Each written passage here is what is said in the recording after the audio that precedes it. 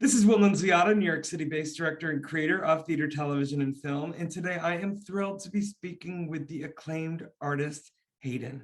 But before we get to our interview, here's a sneak peek, just a snippet of the music video of his latest single, Can't Hurt Me. It's already gone viral, folks, on TikTok, but the full video comes out on Friday, and here is a quick little peek.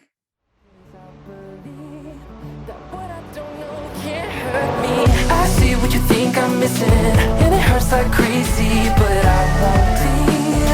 I'd rather be, calling to see when you'll be back, and asking where you've been, 'cause I believe that what I don't know can't hurt me.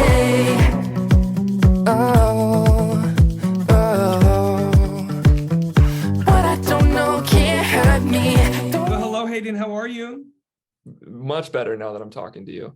Oh, HAIDEN, you're stealing my line. That's what I usually say. Well, Oh, listen, okay. It is really nice to meet you. You're in Los Angeles, me in New York, but this is what I love about this app, connecting artists all over the world in this country. And Absolutely. I want to know, first and foremost, HAIDEN, I mean, you've already gone viral with this song, Can't Hurt Me, the little snippet of the music video, before it's actually released this Friday. Talk to me a little bit about the impetus behind you not only writing the song, but the whole concept behind the video. I'll start with the song because the song typically is the foundation of everything visual, because I'm not natively a visual artist, so I let the song guide that. I had a guitar riff that I had just been playing for a year or so, and I revisited it. And when I was listening to a song by Mario Winans called I Don't Want to Know. And it's an R&B song from, I think, the early 2000s, maybe late 90s, that I absolutely adore, and felt like I wanted a more modern interpretation of it. In the song, it talks about him not wanting to know whether or not his significant other is cheating on him because his heart can't take it. And a lot of the examples of what was going on was very word of mouth, like, oh, somebody said they saw you, blah, blah, blah. And I felt like now if someone's cheating on you, you're going to know based on how they interact with their phone, or how they're distancing themselves from you using technology. And I felt like I wanted that modern interpretation to relate to. So I wanted to write that, and did. And so that's why in the verses a lot, I reference the way that the person's interacting with their phone and how I'm noticing it, but how I can't bring it up because it's not worth the emotional turmoil that might come from knowing the truth. And then for the video, more than anything, I just wanted something that paired nicely with the song. I'm not a huge fan at this point in my life of narrative music videos, because without a certain type of budget or expertise, it can be hard to pull off. So I just wanted something that captured the emotion of it. There's a lot of running because I wanted to feel like the character that I'm playing is running from the truth. They don't want to fully expose themselves to what could be, I guess, heartbreak in some capacity. So it's dark, it's stormy, lots of blues and yellows, and a good amount of emotion in there too. I love that. Well, listen, I'm a firm believer in less is more, in that, Absolutely. Obviously, if the emotion is epic, you can get intimate with the storytelling. Obviously, what you've already done so beautifully with just a snippet of Can't Hurt Me. Were you surprised about it going as viral as it has on TikTok? I can't even put into words how absolutely surprised I was, because I was trying for so long. I think that's the goal of every musician right now, is to go viral in some way, but especially on TikTok. And is it so like when you didn't try, sorry to interrupt, but is it like almost like go when you for it. just almost let go, it happened? I think something clicked, because I had done it for an entire year of posting consistently and nothing was working. And then I realized that people don't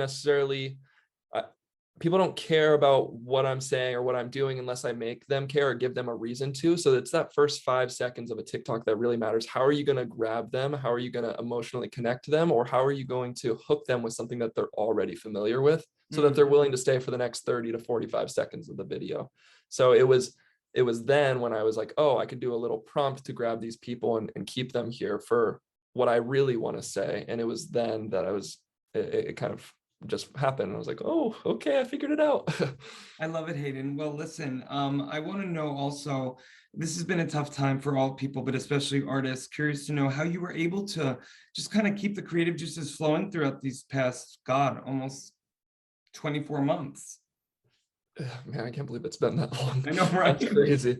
Maybe there's a bit of a escapist in me because of all of that. I think it gets really tiring to be your own cheerleader, especially as an indie artist. I don't have a That's manager. right. I don't have a team. I don't have anything. So it's really me and my mom cheering me on. And Wow. as endearing as that is, I feel like the virality and this new wave of attention, it came at the perfect time because I had dropped music for 10 months before it happened. And Wow. in the grand scheme of things, that's not a ton of time, but I really have been sacrificing just about everything I can for it. And financially, it's quite difficult. So after a while, I found myself not forcing myself to create, because when I would, I was never happy with the result. It didn't feel Mm. genuine.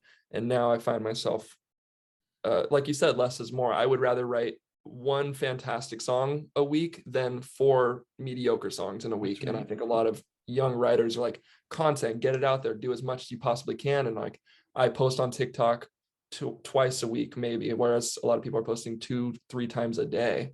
And those videos just aren't doing anything. And just because I don't feel like they're genuinely connecting with what they're saying, they're just like, I'm just going to try a million things and see what happens. And also, just to piggyback off of that, just in learning about you, Hayden, and hearing you right now today, it makes me think of one of my favorite quotes from the movie Field of Dreams, which is, if you build it, they will come. I feel like that's the artist that you are. I feel like you've been working so hard for so long. And I just think this viral TikTok is just, I think, the beginning, like you said, of what you do with these little 45-second videos. It's just a little sneak peek at who For you sure. are. It's the first thing that maybe unlocked the door, but you've been doing this for so long and have so much more to give and show. I'm curious, I mean, can the audience and me and the world hear more of what you've been working on maybe these past few months Yeah. specifically, and when? Well, Can't Hurt Me kind of came last minute. Up until Can't Hurt Me happened, I was working on a debut EP just because I felt like it was time to put out some form of body of work, to establish a sound. And I wrote Can't Hurt Me last minute. We already had the songs figured out. We were already working on them, and then Can't Hurt Me popped into my head. And I was like, I don't know exactly what to do with this. I posted it on TikTok because TikTok has the ability to be a focus group of sorts. So it's a litmus test for whether or not they think that what you're saying is truthful or resonates with them or whatever. So it wasn't until I got the response on TikTok that I was like, okay, let's put I it mean, on the EP. hello. Yeah, yeah. Isn't We that were so? planning on dropping it after the EP, so I genuinely owe everything to the people that watch the video, like it, and comment it, because Well, I'm going to everything would have been challenge different. you. I think you Go should for it. owe it to your courage and vulnerability, because I think a lot of artists focus on the destination and not the journey. And you are a perfect example of someone who was patient, sacrificed, and allowed the flow of being still to just go through you. For And sure. if I think you were trying to force something, it wouldn't have had, I think, the virality, Yeah, that you absolutely. got, which hopefully I think is a manifestation of years of work. I'm definitely still learning. I recently came to the conclusion that I no longer want to be motivated, or I no longer want to base my personal value as a human based off of outcomes. I guess I feel like up until now I've been driven very much so by outcomes. So if a song doesn't get a certain number of streams, or I don't have a certain number of followers, I very much so used to base and continue to in waves, base my own personal value off of that. And I feel like once I stopped doing that for just a sneak peek, I finally saw like, oh, a lot of this stuff can happen when you just allow yourself to be genuine and open up to people without fear of what that could mean, what it could become. And it's become this, and I fully agree. So thank you for the challenge. I appreciate Hey, God bless America. I'm from New York. Once in a that. while, I put up a challenge. But listen, Hayden, I could speak with you forever. I want to let the audience know, though, for more on the incredible Hayden, you can read more about him right below this video. And please stay tuned for Friday, where the full music video of his song Can't Hurt Me will premiere. Hayden, you're an incredible person, an incredible artist. It's so great that you are coming on board this amazing new social media platform, FENIX360. But on top of it all, I'm happy that we're connected now. I couldn't have said it better myself. Fantastic. I'm so happy to be here, and thank you. I appreciate it all. Oh, thank you.